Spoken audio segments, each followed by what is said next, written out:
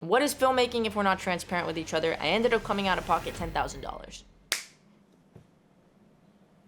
What's going on? How y'all doing? It's been a minute. I think the last video I made, I actually was wearing this exact same outfit from head to toe. Don't want to get food. So anyways, the last video I posted on here was the announcement that I was making my short film and the Kickstarter promo basically for it. The film is called Meatball. Meatball is a short film about this young woman who comes out to her traditional Italian-American family during a Sunday dinner. We ended up raising $13,500 for the film, which was the goal, so incredible. Thank you all so much. Okay, I've been trying to be patient. I let this sit for a couple. That's crazy. Little did I know that wouldn't be nearly enough money, but more on that later on. We'll get to it. So long story short, this video is just a bit about the making of the film. Meatball really started just as a creative writing exercise to get myself back in the flow of writing and creating, because at the time I was in a pretty uninspired state. But I ended up liking it so much that I went through several more drafts and it ended up becoming, you know, the final script that we went with. But it all just started from a creative writing exercise, which I think a lot of the best things are born. I'm rusty. As creatives, it's so important to just play sometimes and have fun with it and not think so much about end result, but just think a little bit about ideation and process. So after getting the script to its most complete state, the first thing I did was hire my DP. The DP for Meatball is named Christina. She is amazing, she's fantastic. I actually met Christina through another shoot that I did months ago where I was on-screen talent for this Microsoft Copilot commercial promo video thing. We were filming a gelato crawl. So I've got one thing on my mind. Gelato. Put way too much mousse in my hair that day. Way too much mousse. I'm exhausted. Christina was extremely helpful to me throughout the entire process. Like, I don't know how I would have made the film without her. I was very upfront with her that this was my first time doing this, and she said, that's fine. You know, I love working with first timers and learning together and growing together. She walked me through, you know, typical ways of doing things and also assured me that there is simultaneously no typical way of doing things. And then she also helped me find all the major crew positions, like the first AC, gaffer, grip, production designer, and then those crew members provided who would be on their teams as well to help fill in those gaps. In the meantime, I focused my energy into finding a cast for this project. So Meatball takes place at a dinner table amongst 6 characters, all from the POV of the main character, Cece. I knew I was gonna play Cece, so that was like one thing out of my mind right away. I also knew I wanted my friend Mia to play Cece's cousin Angie. She is an actor that grew up in an Italian-American traditional household in New Jersey, so I knew that she got it without me having to explain anything to her. And thirdly, I had always intended to cast my friend Irma, who I kind of wrote the role around her, actually. She's a Brooklyn-based content creator. She's not like fully an actor, but she's acted before, but nothing in this capacity and nothing like this long. So I was really excited to see her in that element. She was really nervous, but it was fun. We ended up, you know, we did it together. It was a group effort. Well, stop eating all the meatballs then. Okay. Like that? That's great. Okay. That's great. So the roles that remained were Uncle Joe, Joanne, and Joseph. Yeah, that's intentional. So in order to fulfill those roles, I put a listing up on Backstage, which was my first time doing that. And that was very interesting, very fun. Like, I got like a certain hit of dopamine every single time a submission would come in and the notification would pop up on my phone. And I partially expected this to happen, but I kind of knew right away if they were gonna be right for the role or not. So when Steve, who plays Uncle Joe, Lydia, who plays Joanne, and Henry, who plays Joseph's tapes came in, I was like, this is the cast, this is the rest of the family. What I really liked about Steve's tape is that he had that quality of like a lovable asshole.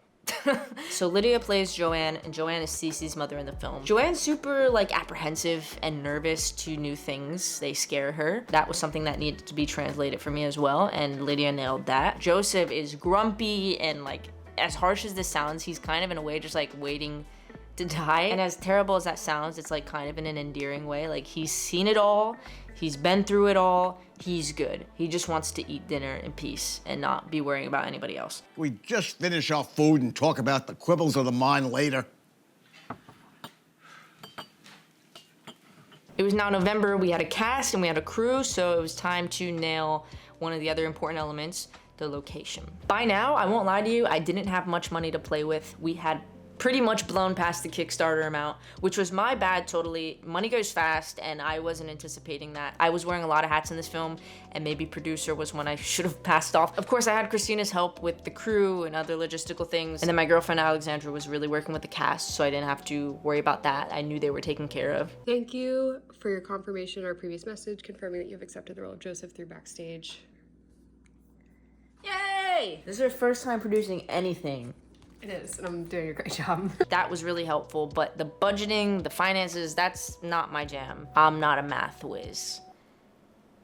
Not at all. What is filmmaking if we're not transparent with each other? I ended up coming out of pocket $10,000.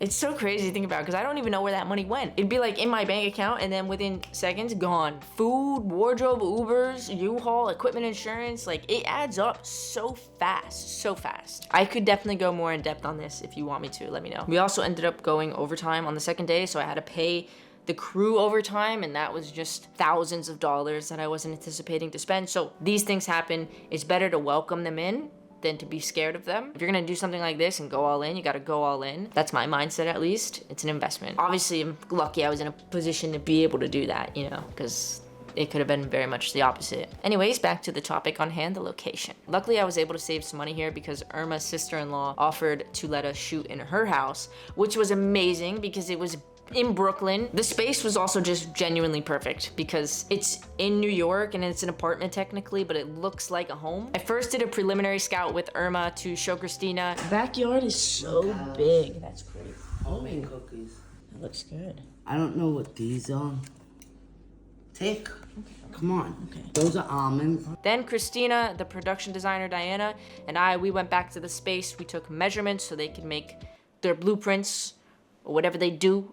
And then finally we did one last scout with our gaffer Maggie and our grip Lulu before locking in the space.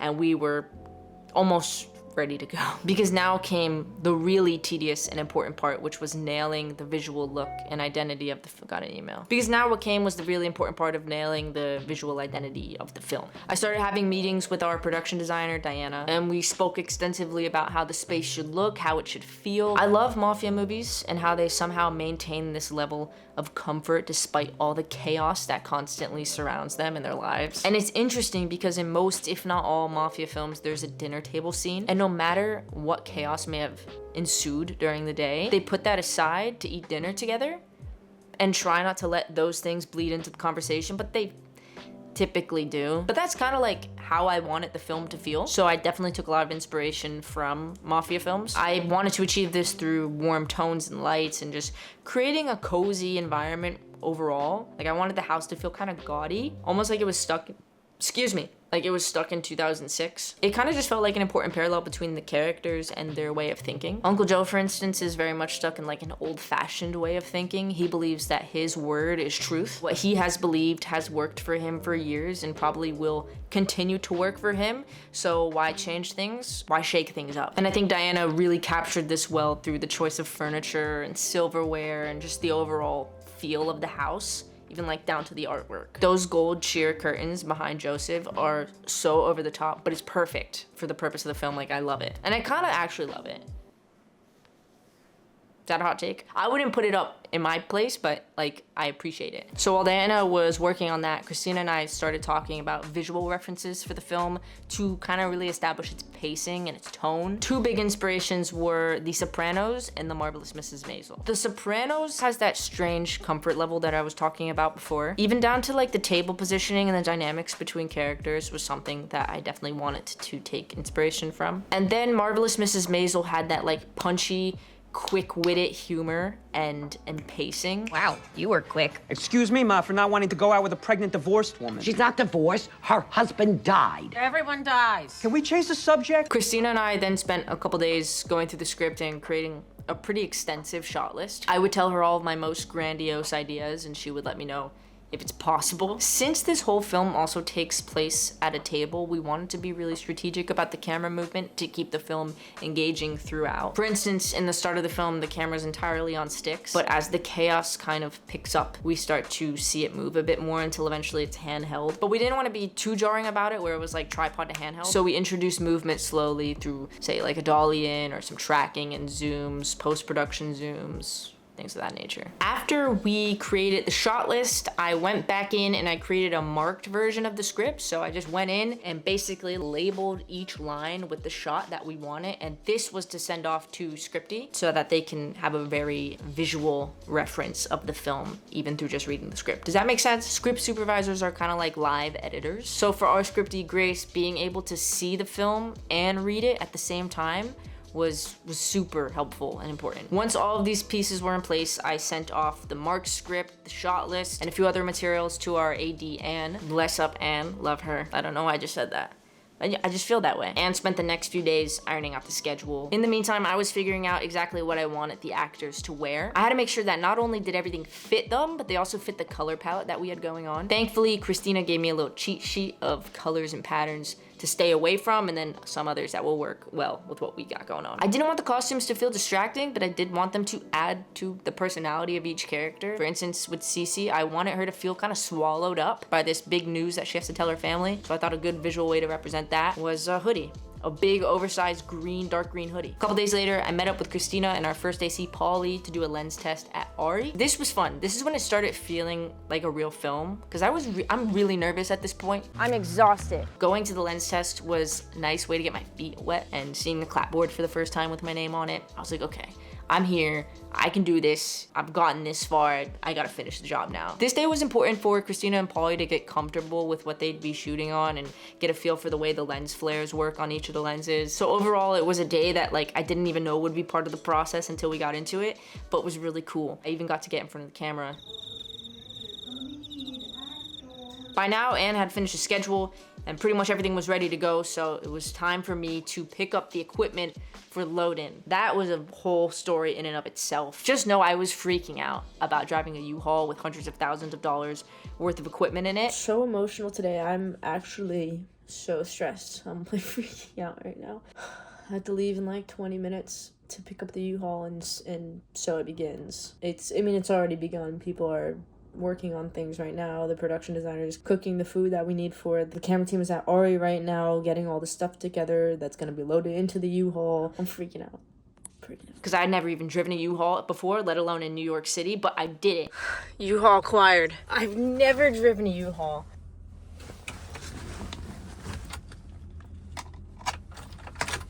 Shut up and drive. I probably would do it again. It wasn't that bad. As I was driving, I'm like, you know what? This is what I spent thousands of dollars on insurance for, so it's fine. I'm doing it, bitch. I picked up the U-Haul and I first head to Matria Rentals to pick up the grip equipment, where I met our gaffer Maggie, and she helped me load the truck up. She loaded the truck up and she did amazing. I was in awe. It was like Tetris. She was just stacking things and I was filming her. No, I did help. Besides this one block, look at this perfect packing job. Courtesy of Maggie, where'd she go? Then we made our way to Ari to pick up the rest of the equipment, like the camera, the lens, tripods. After we got the two of those things, we head to the location. Shout out, Cody. We're here for the vibes. We did it. We did it. Lifting things. I was crying about this morning, I need you to know. I was stressed as about this U-Haul. First time ever driving one through New York City with $400,000 worth of equipment. After load-in on Friday night, I was already exhausted. I'm exhausted. But I was so excited and just so ready to go. Very nervous, but good nerves finally. Start over. Okay, so I'm just finished somewhat prepping the house. All the equipment's in. The production design is 90% done. This guy's happy. It's getting real. It's getting so real. Now I just want to go to sleep, wake up.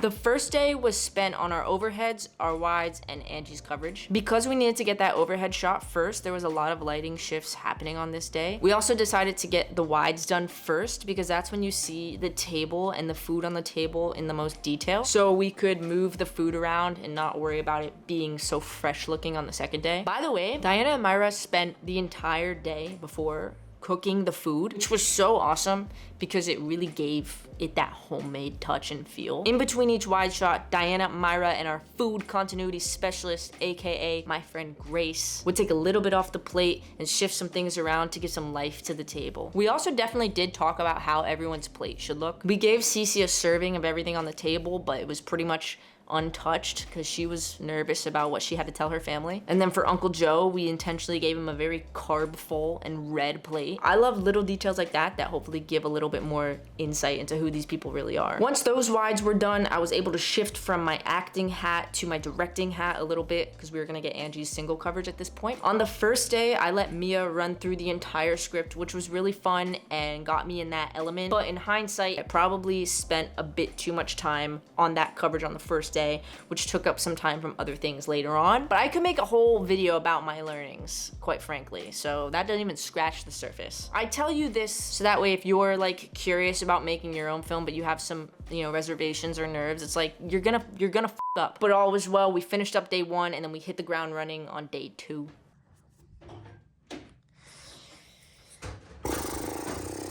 Day 1 is done.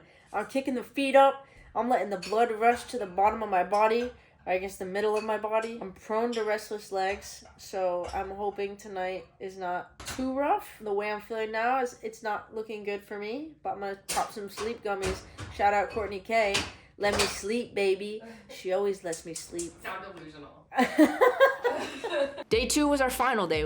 We only had 2 days to shoot this thing, so we needed to make sure that we got everything done on day 2. I think we got my coverage done first that day, so that way I could be just in that directing mindset. But then at this point was when the camera was getting off the sticks and we were doing some choreographed movement. This was like the height of the film when some shit goes down. We also got to do the Meatball POV shot, which I had been dreaming about for months at this point. We didn't have time to properly rig it up to the camera, so instead Maggie held the meatball, which was attached to a spinning drill, as Christina pushed the camera forward, and it worked. There's so much more to say about this all, but this video is getting long, so for now, let's just say after 2 long days, we were done. I spent the next 2 weeks basically too tired to function whatsoever. It wasn't just the 2 days that I was so tired from, it was also the months leading up to it and all the physical stress, the mental stress. Like, I was all over the place. I'm not gonna lie. I had major imposter syndrome throughout most of this process, but I did it and I'm proud of myself. It definitely had its highs and its lows, but it was mostly highs, and I think that's the perfect ratio for success. So I was very much content with the whole process. Like I said, I did gloss over a lot of things in this video, so if you're curious for me to go in depth into any more of these subjects, please let me know. Comment down below anything you're curious to know more on. The film is going through the film festival circuit right now, so it won't be available on YouTube for a bit of time, but it will be at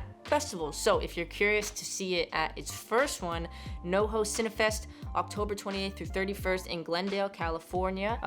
Go check it out. I'll leave some links in the description if you're LA, California based, what have you, and you want to see the film. I'll put the info down below. Past that, stay tuned on my Instagram for more film festival announcements. I submitted to like 15 of them, so surely there's got to be another one in there somewhere. So make sure you follow me on Instagram because that's where I'll announce it. Okay, that's all for now. Thank you for watching, subscribe, and I'll see you soon.